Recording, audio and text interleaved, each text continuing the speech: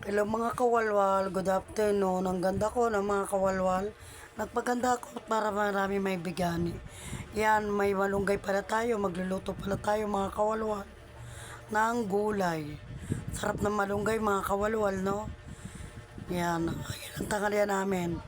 Bumili ako sari-sari gulay, repolyo, carrot, sayote, siling mahaba at malunggay. And pritong galunggong. Yan, magpiprito na ako mga kawalwal. Naglagay na ako ng mantika. Mga kawalwal. Yan, mga mantika. Naglagay na po ako. Yan. Painitin lang natin ng konti yung mantika. Para ilagay yung isda. Yan. Naglagay na tayo ng isda mga kawalwal. Yan, nagprito na tayo mga kawalwal ng galunggong. Yan, sariwang-sariwa.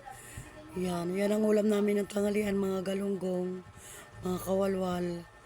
Galunggong ang ulam namin. Sarap no, sariwang-sariwa, mga kawalwal.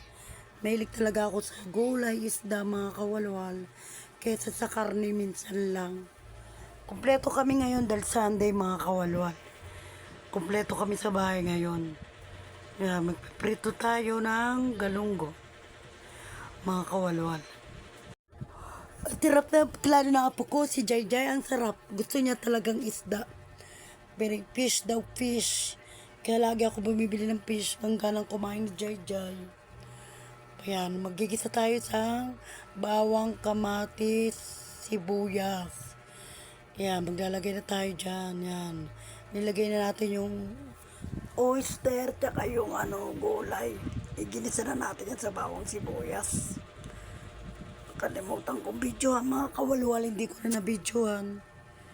Yan, ang sarap. May natutunan naman kayo sa akin sa pagluluto mga kawalwal. Yan, naglagay ko na yung uli, yung repolyo. Naglagay na tayo dyan ng repolyo mga kawalwal. Yan. Kaya kain na tayo mga kawalwal.